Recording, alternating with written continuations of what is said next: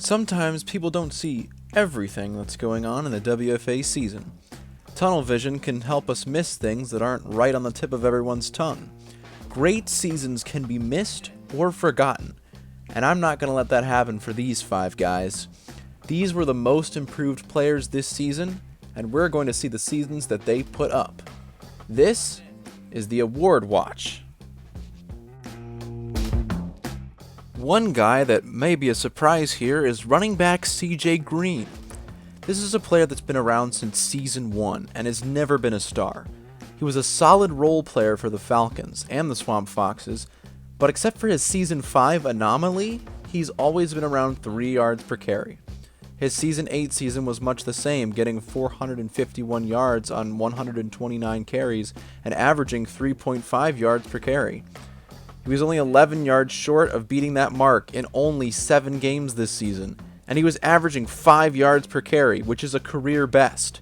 This is a good sign for Green and the Fury, as you can see the improvements that are being made while he is beginning to regress. It seems that splitting carries has finally worked out for Detroit. The next man up is defensive end Drew Moore from the New Haven Lancers. You may be asking yourself, who is that? And you'd be right to do so. The former 3rd-round pick didn't really do much with the Lancers in his first stint with them, having 3 sacks in Season 7. While that season was shortened as well, that wasn't enough for the Lancers to bring him back, as he was a free agent for all of Season 8 and regressed down to a copper. For most players, this would have been the end, but for Moore, all it took was a second chance to start for the team with the worst defensive line depth in the league. Drew's 6.5 sacks are tied for 6th in the WFA, and he was near the top in CFLs as well with 11. This may have been the right place at the right time, but this season may have saved his professional career. Jamison Bloodfeaster has one of the best names in sports. Another guy that's been around since Season 1, he's always been a journeyman that you can rely on to be solid. He's been a 50-tackle guy every season, and while good, he has been on an actual tear this year. He was easily Indiana's best player, as he was number 2 in the league in tackles and was on pace to have 87 in a 12-game season. He also had 10 TFLs, which he's only done once in the stats era. This was truly a season out of nowhere, and I hope he keeps it up. Joshua Pearson isn't the first guy that comes to mind when you think of a player that needs improving. He has always had potential, and hasn't really disappointed. He's been over 1,000 yards before, and while he was only at 900 last year, that was mainly because of the other offensive weapons around him.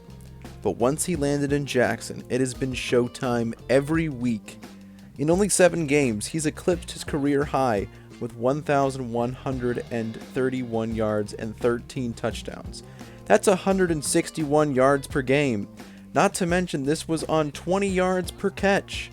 He was on pace for an unreal 1,938 yards.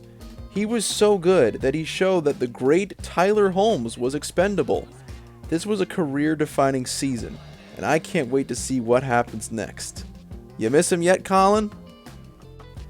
The first game of the season for our last subject is one that nearly ended his career. Mason Jackson threw 5 interceptions in his first game as Detroit's starter and was fired on the spot. There had been some terrible games, but this was definitely one of the worst. But someone saw the talent, and when Hugo Zachary was ruled out for the season, Randy Pierce gave Jackson a call and got this man rolling. Jackson made sure the Stingers didn't lose a step and put up very solid numbers.